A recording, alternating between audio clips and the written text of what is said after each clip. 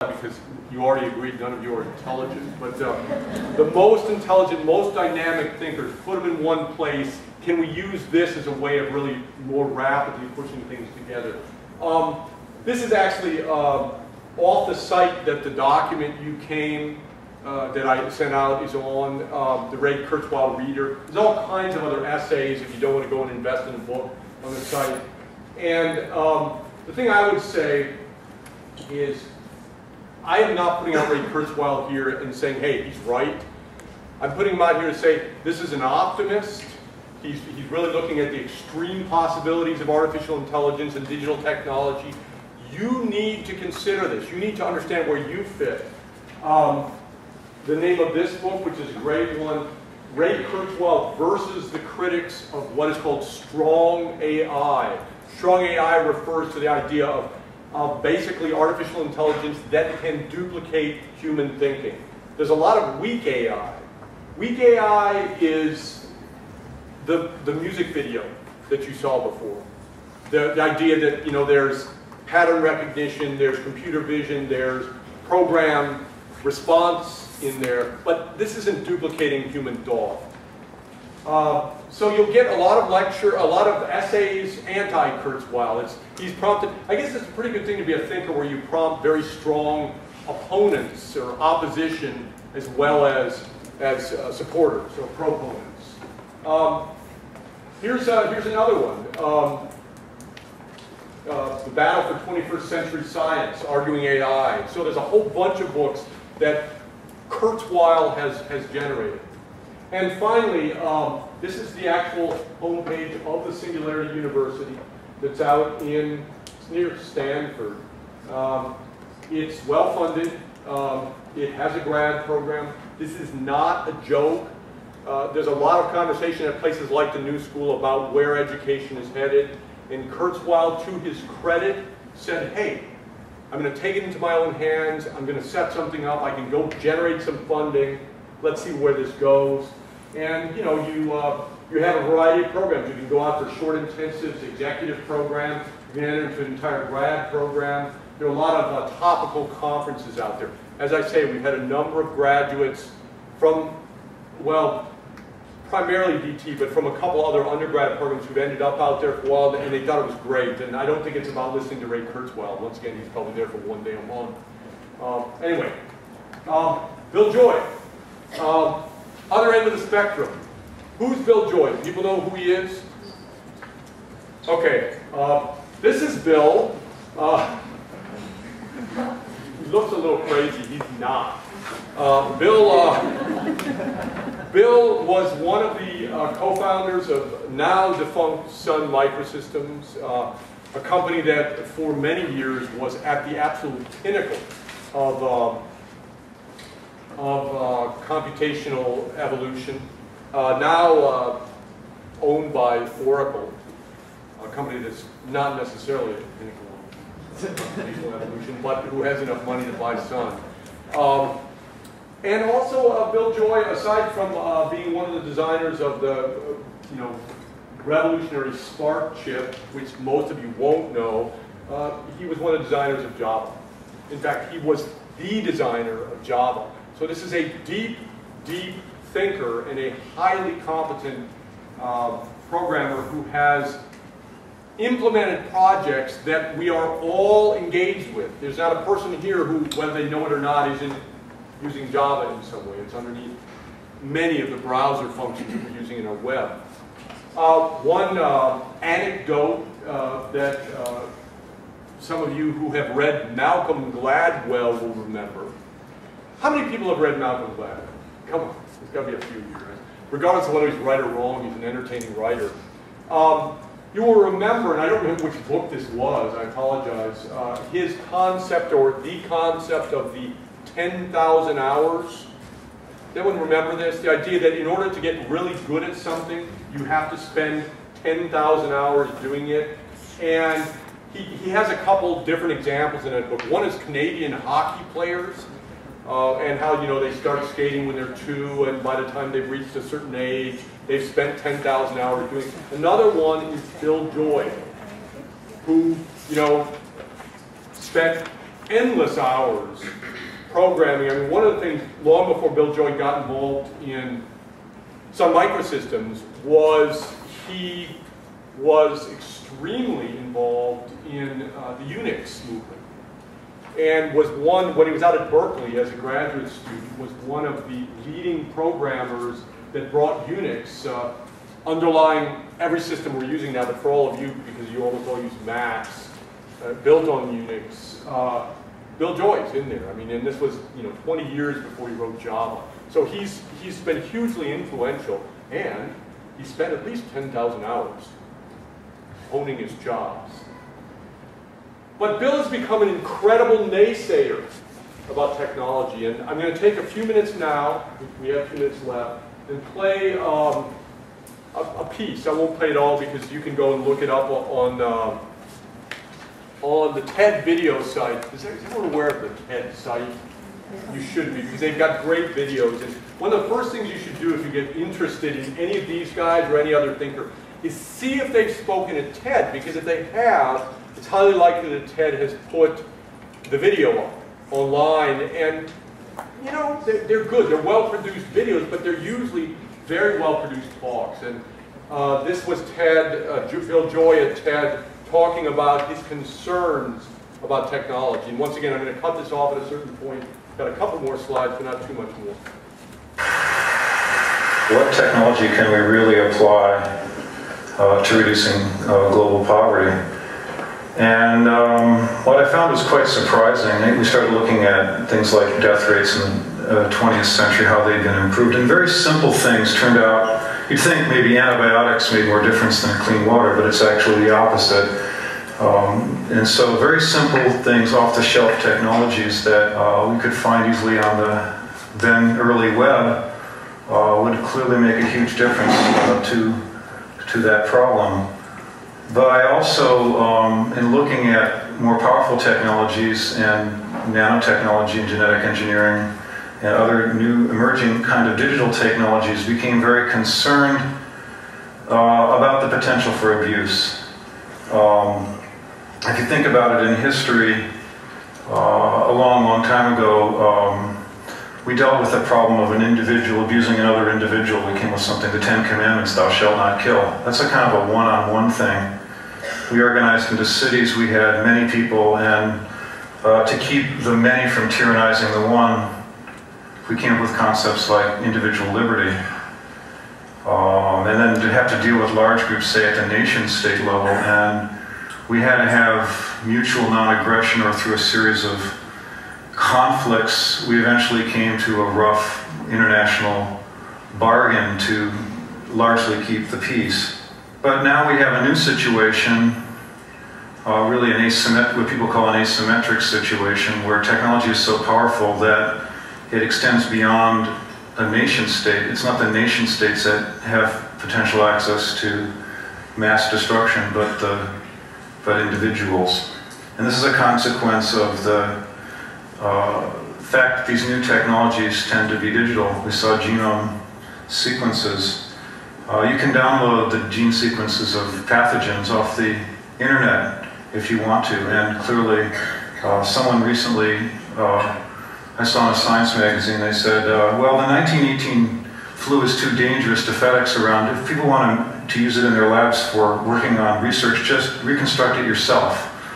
So, because it might break in FedEx. So that this is possible to do this is not deniable. So individuals and small groups super empowered by access to these kind of self-replicating technologies, whether it be biological or other, are clearly a danger in our world. And the danger is that they can cause roughly what's a pandemic.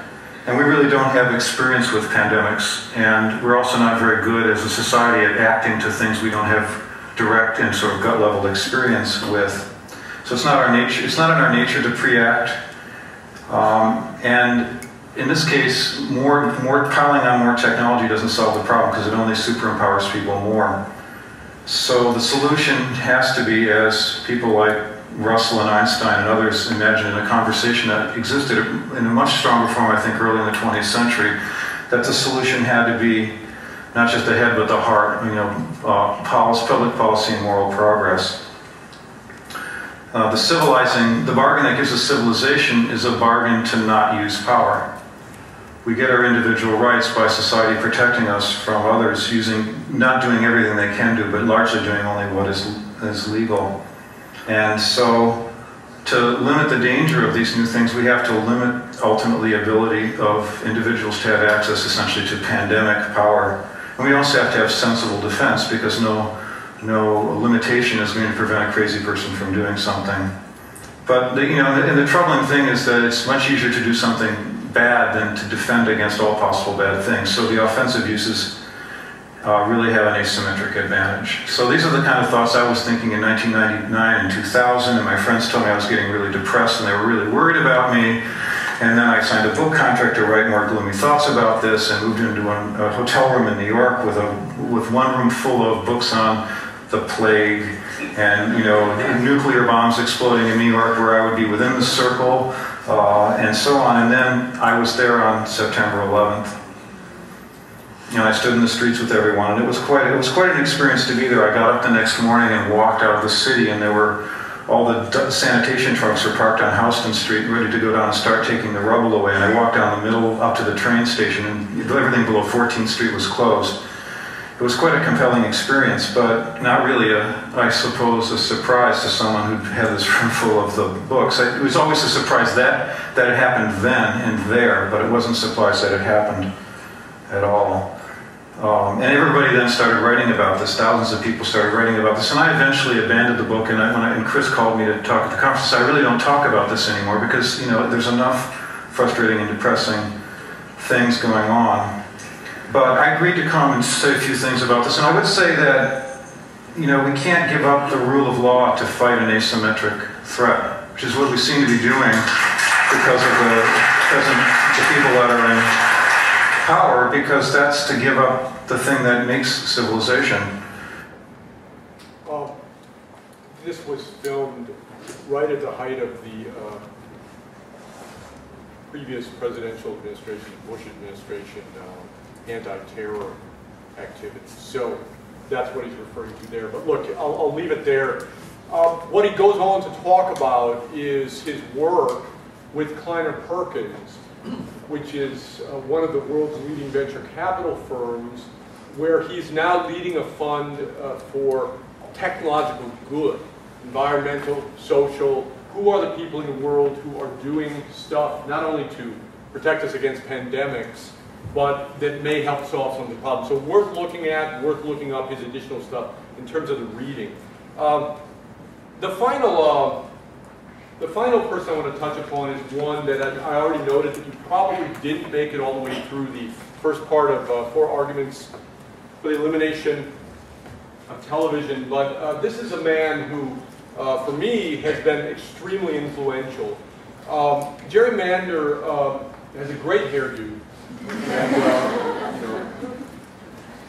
you see the connection there immediately. So he is a guy who a lot of people would consider a Luddite, and it's one of the reasons that I leave a brief conversation about Mander to after Bill Joy, who's clearly not a Luddite. Mander,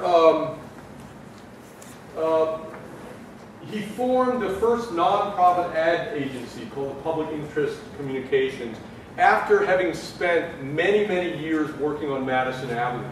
This is a guy who was an extremely successful advertising executive. And after working for about 15 years, making a huge amount of money in New York, he really began to question, in this case, I mean, this was the late 60s, early 70s, he really began to question the very nature of the media environment he was working in. Remember, this is all pre-computers. This is about television, and hence the topic of this book. But he went on to really reach the conclusion that he had to rebel against this.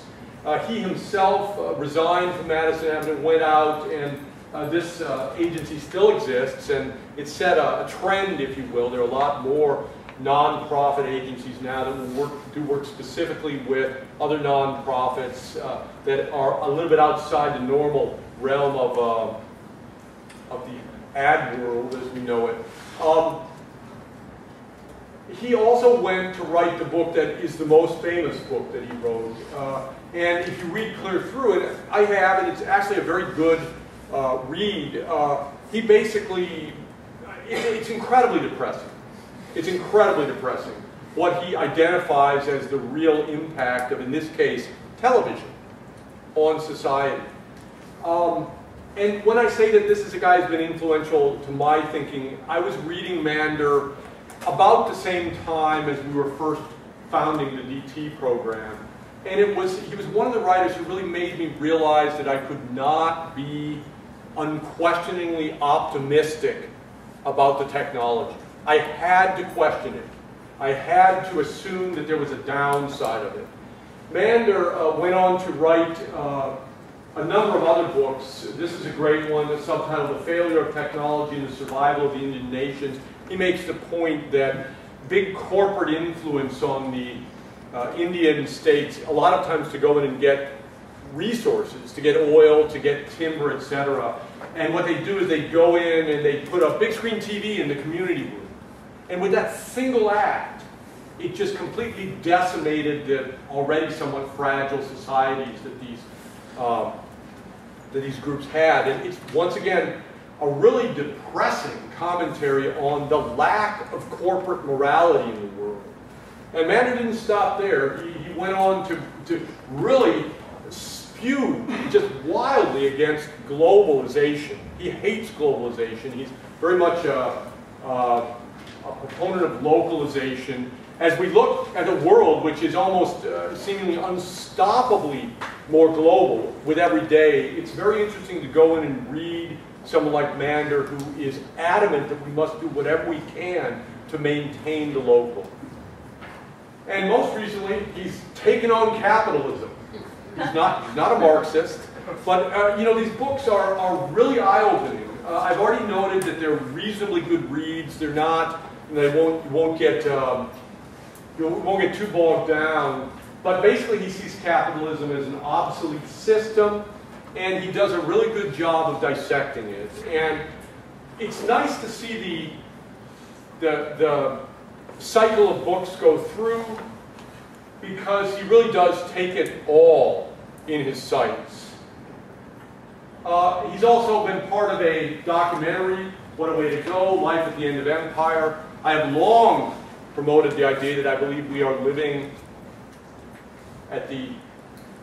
during the decline of Western civilization. You can either agree or not. Mander certainly does. And there's an interesting documentary that I think we might try to get a screening of. He's not the star of the documentary, but he is referred to in it.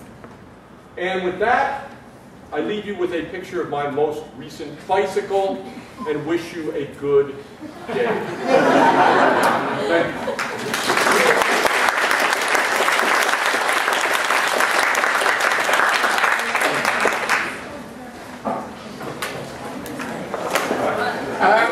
Can everybody make sure they sign in, please? There's 2 sheets going around, please. Everybody sign in. Okay.